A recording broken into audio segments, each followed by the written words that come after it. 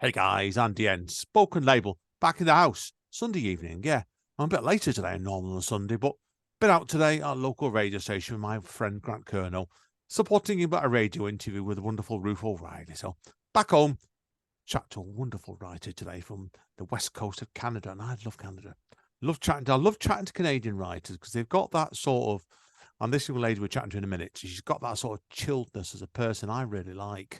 So it makes it more of an absorbing conversation. So I've got the wonderful, I'll let her introduce herself in a minute. So anyway, but she's been sent a book over to me recently, and I'm really looking forward to this. So, okay, I've forgotten your name. I've forgotten the pronunciation of your name already. This is hopeless. I am. Is it Chari? Was it? Chiara. Chiara, that was it. Sorry. My tongue was All right. my head some Chiara. So I've got the wonderful Chiara Mason with me today. And we're here to talk about Chiara's debut book. And I've been really enjoying this last couple of days as well. Blossoms. Or blossoming. Oh God, I'm terrible today. Blooming. Ignore me. Sorry. I'm terrible today. Same So, difference. yeah, I'm tired today. I've been running around all day. So blooming. Now, obviously, Chiara, tell us first of all a bit about yourself as a person. Because I know you lived in Toronto at one point, didn't you? But you're now on the west coast of Canada towards the wonderful Vancouver. So tell us a bit about yourself as a person to start off with. Yeah, absolutely. So thank you for having me. I am a writer, as you mentioned. And in terms of writing, I've been doing it for most of my life. But I'm actually very excited to be here today because I did live in Manchester in the UK Oh, for did you a very really? brief time period. Yeah. Wow. Okay, tell us about where did you live in Manchester then? I didn't know that. Oh, it was a few years ago. So I don't remember the exact area. But I was actually there at the time for an exchange. So during university. So I was studying at the University of Manchester at the time. So I Oh was close wow. to that area. Oh wow, I didn't know that. Oh wow. Oh, fantastic. Did how was your experience as a Manchester then? It was great. So the reason I bring it up is because that was actually when I started my blog called Chiara Goes Global. That was actually Oh, kind of the inspiration of it. oh Yeah. So wow. mhm, Wow. I obviously, when I was here studying in Manchester, I was traveling around quite a bit in the UK and in Europe, and I wanted to share more about my travels and do some more creative writing. So that was actually when my blog started. So kind of a full circle moment for me. Oh wow, I bet it is indeed. Yeah, I know from reading your blog. So I didn't know about the Manchester thing. I know you've done a lot of traveling, didn't you? So, had you always wanted to travel since you were very young? Yeah, actually, my mom was a travel agent, so I guess I got it Ah, from her. yeah, that's fair enough then. So yeah, so obviously it might be an idea to tell people. So I know a bit about your traveling, obviously, but where did you end up traveling all around then? Yeah, so as I mentioned, when I was Hmm. living in England, I did a lot in Europe, mostly Western Europe, but yeah, a lot in that area. And then since then, I've been back to Europe a couple separate times. I've been there quite a bit, and then I've done some traveling in Australia, Bali. I've done lots more recently in the US in United Wow. States. Yeah, Yeah, so I've been all over, but you hoping to see have. more. Wow, oh, fair play, no fair play to you. Is I've got friends that are Australian actually as well. So they grew up in one of my friends actually grew up in Australia. He grew up in Mhm. It's Brisbane actually, if memory is correct. So what was Australia like for you then? Apart from probably very warm. It was nice. Yeah, it was actually I had a friend that was studying there at the time from Canada originally, and so it actually felt a little bit like where I live in Canada, but with a lot of palm trees. Fair It was play. nice. It's great. Oh yeah, fair play to you. Straight away with that. So I know you're living on the west coast of Canada now, so you're near the Vancouver side, and so what I know around there, it can get a bit choppy, can't it, when it gets colder sometimes. So yeah, no, fair play to you that. So now, obviously, like I said, but we're here. There's a lot of ground that I could cover with you today, definitely with this. But as it's a poetry podcast, we should really start off with your book, shouldn't we? Then, so it's like I said, your book itself. I get the title right now, blooming poetry seasons of oh, I said seasons of change. Yeah. So obviously, then start off with that. Then, have you always been writing poetry? Had you, or has that come something to look a bit later in life? Yeah, so I actually started writing poetry when I was in about high school, and then I stopped for a little while, but kind of kept coming back to it. And eventually I got to this point where I felt like I had this big collection of poems, and I was kind of toying around with the idea of pulling it into a collection for a book. And eventually I just decided to do it. So the poems in this book are actually over almost a 15-year time period from Wow. when I was quite young up till more recently. Wow. So Good grill. Oh, yeah. fantastic. Yeah. Yeah. I've got one or two of the books I've done. It took me a number of years to get together as well. But yeah, I think when you spend so long on doing a book like that, 15 years itself, it's like you probably look back at it. And I know for one of my books, it took me 8.5 years to write. And by the end of it, I was just emotionally shattered looking back at the book. 'Cause you think yourself like, at the stage of your life when you're doing that, start that book, of you're probably a completely different person now, aren't you, to when you started originally? Yeah, exactly. Now, obviously, there's a few bits and pieces I want to go through this book with you because it's and what I want to learn first of all is obviously with it, where did the actual idea for the title come from then about blooming? Yeah, good question. I feel like it kind of just came to me, and I felt like it really captured the whole process of the book well. I had the idea to do the seasons first. So the book is split up into four different seasons: summer, fall, winter, and spring. And the title of Blooming for me felt like it captured just the process of transition and change. And that is a lot what the book is about. So that was the title that I landed on. And they wanted me to change it when I was working with my agency, and why they didn't want me to change it, but they said, "Is there any flexibility?" And I said, "Nope." I was Good, pretty stuck on good, that title for sure. good. No, like So I then say, we added in the subtitle. Yeah. yeah, yeah. I was going to ask you. So obviously the subtitle came afterwards, then, didn't it? So Yeah. yeah, I think it does. It works really well putting both of them in there, actually. Now, Mhm. obviously, I want to talk about the sections in the book first of all, then, because you said it quite right. That there's four different sections, all the seasons in it, but you've also done, Mhm. haven't you, as well, like the solstice before that, which is like a bit of Yeah. like more prose to start the book off. Yeah. What was the conscious decision to do that then? Yeah, I that was actually an idea that kind of came from my editor.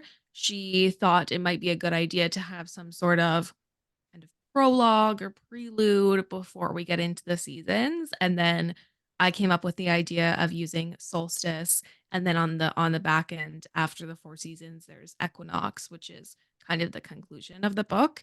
And it just felt like a really nice way to both introduce the book and the concepts at the beginning, and then kind of tie it all together at the end. So Yeah, no, it yeah, makes I sense. really like how it worked out. Yeah. Does. I've done them sort of things myself for a book sometimes. A good long introduction, you can set the scene with it. Not necessarily give lots away, Mhm.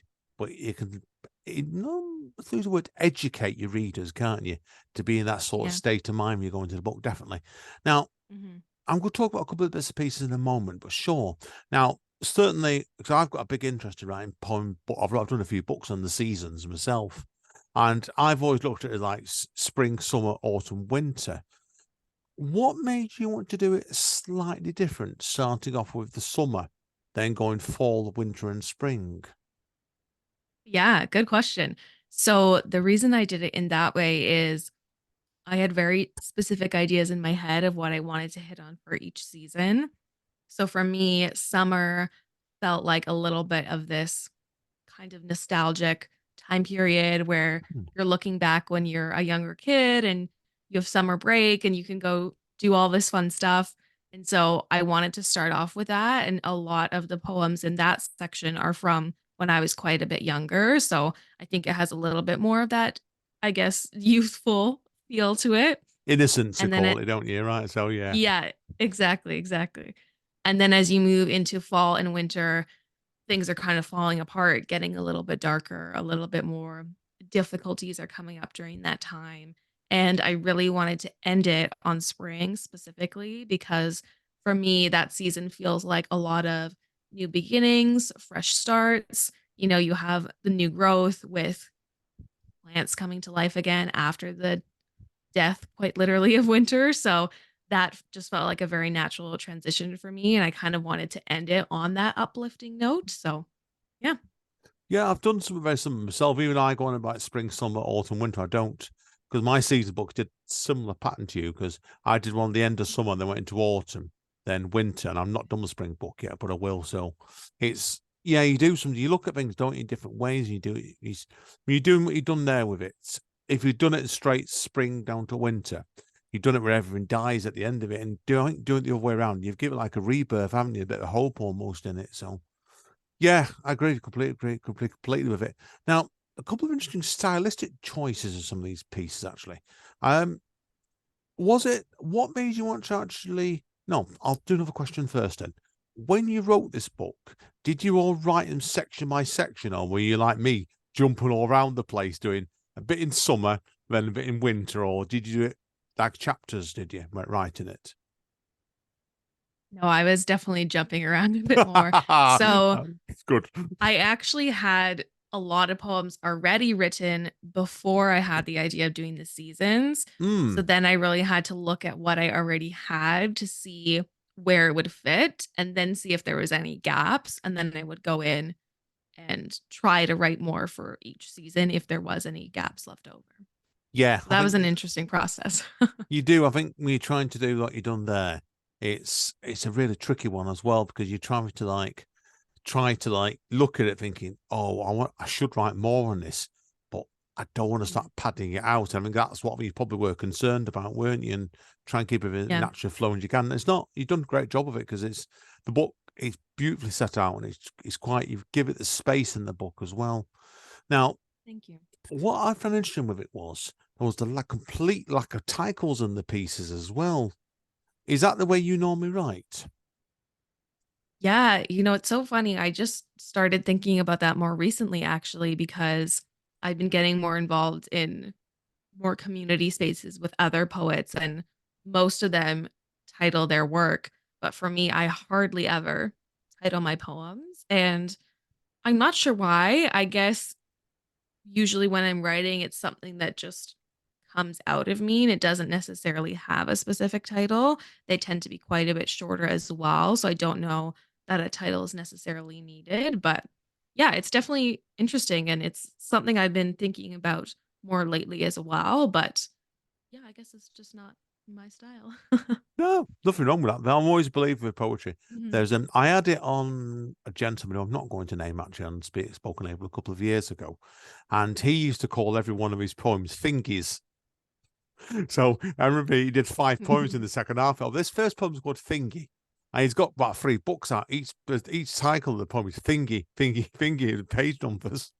So it's like there's no right, no wrong Yeah. way with it, definitely. So I think when you're putting cycles on, sometimes you're setting the expectations up for the audience, and but doing it what you've done, it's more like a Mhm. stream of thoughts nearly.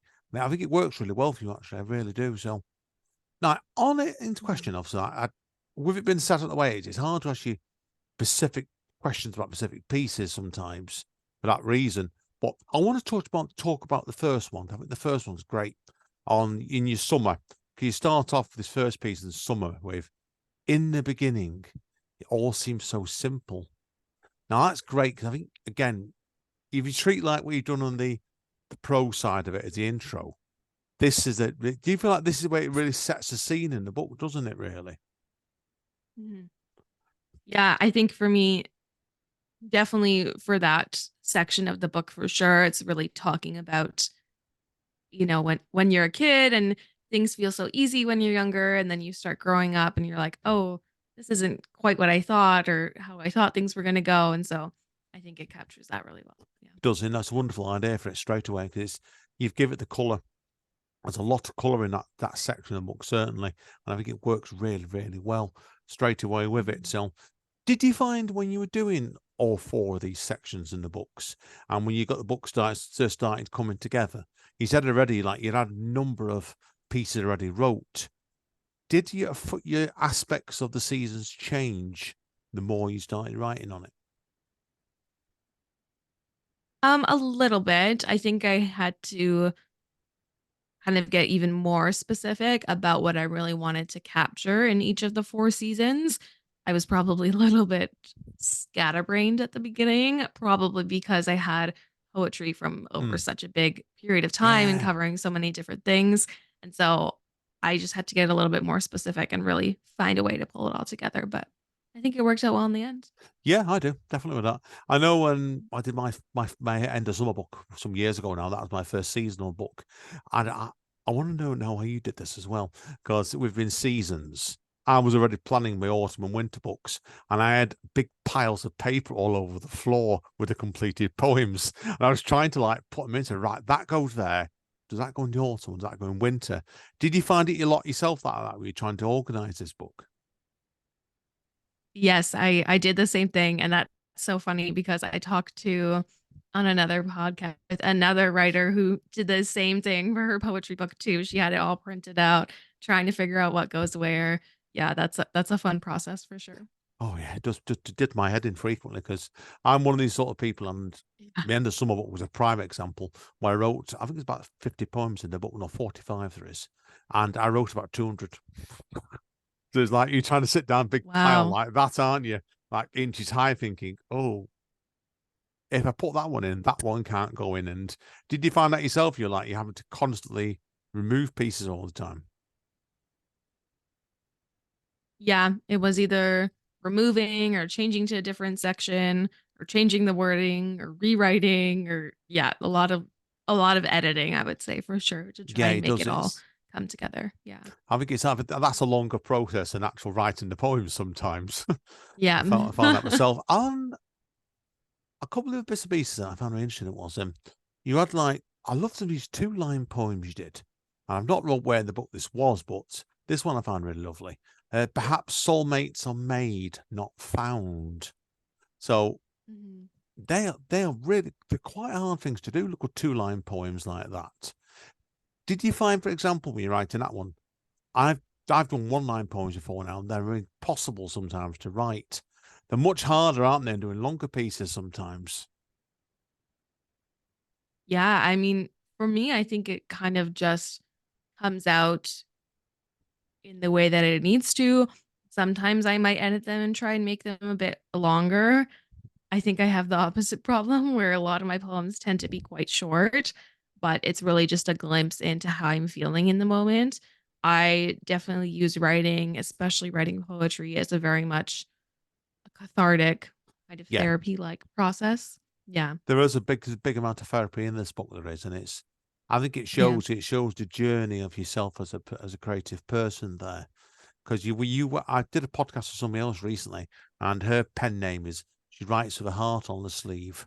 You're another great example of that straight away, because there's a Mhm. lot of emotion in this book straight Yeah. away with it, and it shows. I think it, I would have hated to ask you which were your older poems in the book because I can't tell.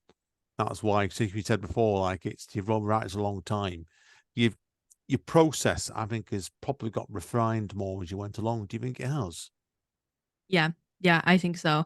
And so I'm working on writing more for hopefully a second book and I think it's definitely Tell me more. Tell me more about that a in a different moment, right? vibe. Well, that will come to Yeah. come to that We'll come at the back to end of. that. We'll come back to bookmark that question, right? So yeah, no, I do. It's we'll chat about that more in a minute. Yeah, you can tell with it straight away of it. So now I want to ask you also about this because obviously I know you've got your own podcast going, haven't you, in the moment as well. So on a Mhm. side note, what side note, right? But you're going global. So tell us about your podcast and what made you want to do a podcast. Yeah, so I started the podcast in I think it was 2021. So shortly after, I guess, the pandemic, after, if you want to call it that. Yeah.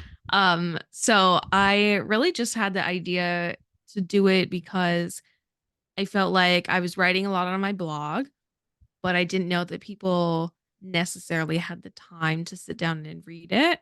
And so I thought if I put that content into audio format where people could just listen to it, that would be a way to reach a different audience that I might not be able to reach otherwise. So a lot of the podcast is actually repurposed content from my blog, and a lot of it is just me talking. So there's not I don't do a ton of interviews. It's mostly just solo casts of me chatting about travels or lifestyle. No, I can't blame you. That is like I don't do a lot of that, but certainly most podcasts I have wonderful guests on like yourself, and Mhm. I've done a couple of regular ones with Amanda, my wife, and friends and stuff. So, but yeah, it's do you find then say for example when you have occasional guest on, your full focus changes, doesn't it? When you're doing a podcast by yourself, like it's Amanda, my wife, used to do a solo podcast, and she got fed up with the sound of her own voice on it sometimes. But Yeah, exactly. The but I interviews are always a nice break for sure. oh god, yeah, that's why I like doing a poker label like this. 'Cause it's great because I have chat people like yourself. Don't necessarily know, but you become friends afterwards. I tell everybody that all the time Mhm. because what it is. But yeah, it's how have you found how has your podcast focus changed since you started doing this? And Since I started doing the yeah, you're on. podcast or Yeah, since I your pod. started Yeah, writing? yeah. No, your podcast. How's your focus changed on your podcasting? Yeah, so I would say as I've done more and more writing, I've actually been able to bring on some fellow author friends, which has been really nice. And so we've been able to have some conversations just about the writing process and our books and how things are going. And so that's been really nice. And obviously, that's been a big shift that I wasn't expecting, but that came about from just doing my own book process, Yeah, which came out almost a year ago now in 2023. yeah. I saw that. It's interesting. Like something like spoken label here today for me. This was an accident for me. I never actually planned to be actually doing podcasting, let alone for 8.5 years. It's like, Really? yeah, I started off as a one off. And the second podcast actually was the first guest one. I ended up in a pub with a friend of mine. Not going to send you the link. I don't recommend people to hear it because it's 3 hours of me and my friend getting drunker and drunker. So don't track that down, right? But you do, but it's interesting when you do this sort of thing because you learn about the creative flow and stuff like that. But Yeah. have you found then, since you started writing and stuff, obviously, like you've been writing for quite some time now, what this book shows is like now the book's come to its own natural conclusion. You look back at it thinking, I'm excited to see where it leads me next. I do. And you know what's funny is I think it's something I'm going to still keep coming back to because I just did a reading the other day with a lot of the pieces from this book. And even reading them now, I'm like, oh, I can relate to that. I can relate to that. I can relate to that too. So I do think there's a little bit of an element of timelessness. So definitely something I'll be coming back to just for my own, I guess, Yeah, reflection. But yeah, I am excited for what's next for sure. I know you've been doing some readings. You told me before you did a reading in a library, Mhm. didn't you, yesterday? And I know you've Yeah. been doing some other ones recently as well. So, how do you plan your readings out then? Yeah, I mean, it depends who is available. I've been trying to get more into the local libraries in my area. It's National Poetry Month right now, so I wanted to do some stuff for that. And then next month will be in May will be the 1 year anniversary of my book coming out. So planning some events for that as well. And I also do some signings at Indigo, which is I don't know what the equivalent would be in England, but it's a big national bookstore Probably, that I try to get some probably signings in. Waterstones. Probably Waterstones, right? That's the big one Yeah, over here. something So like it's, that. Mhm. yeah, I think it's probably Waterstones. Yeah, oh, fair play. No, fair play with you straight away with it. So, is that like, could you envisage yourself doing book tours up and down Canada, even if you could? I would love to. So I actually did do, I guess, a small version of that when my book first launched. I did like a mini book tour, you could say. So I did two events in BC and then I did one event out in Toronto, which is where I was living at the time. So that was kind of a mini tour and that was really fun, but we'll have to see what happens in the future.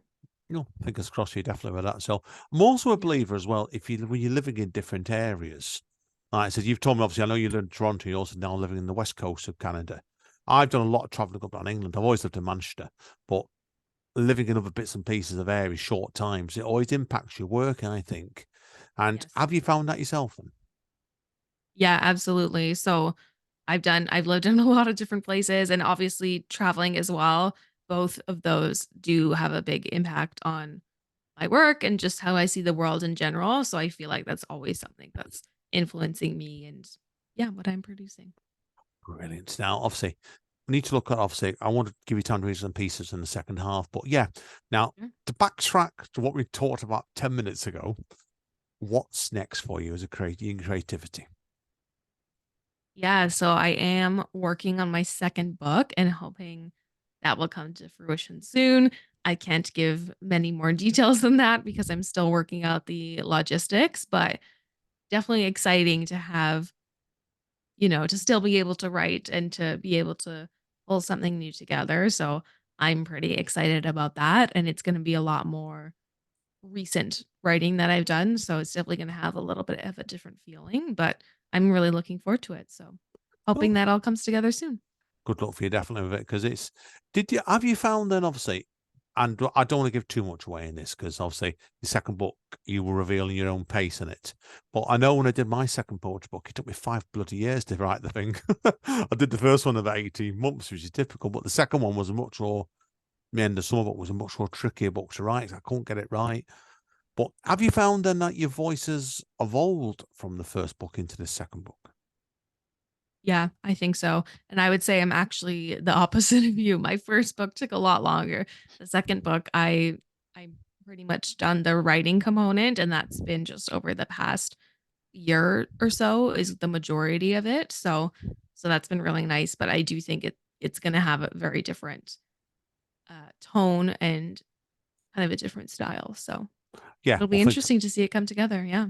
great. And of that, like the first time, you probably have hundreds of pieces of paper up and on the floor. You'd be arguing with Yeah. yourself, won't you? So, oh, I know. Exactly. I'd drive Amanda, my wife, crackers with that second book I did. Like it with the up and Yeah. down the floor and just coming in our living room and then tripping up on each piece of paper. So, sort your book out, but no. Anyway, right. So, okay. What plans do you have for the future? Do you have any more readings lined up or anything? Yeah, actually. So I'm doing some more. Well, we're in April now, the month's almost over, but I have one next weekend. And then in the month of May, I have a bunch of events as well. So doing a few more readings. And then I mentioned the book signing at Indigo Books, which is our big national bookstore. Great. Well, good luck for the future of it straight away. So, right, okay.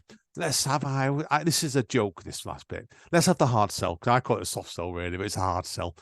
Where can people get hold of your book?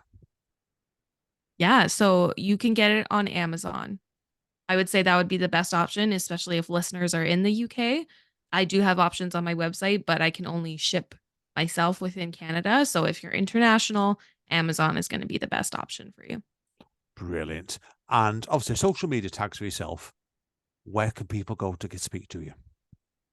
Yeah, I'm at Chiara Goes Global on everything. And that's also my website, chiaragoesglobal.com. Brilliant. Sounds good to me. Okay, dokie then. Well, that being the case, we'll take a quick break and we'll be back, everybody, in 2 minutes' time when we hear some poetry. See you soon.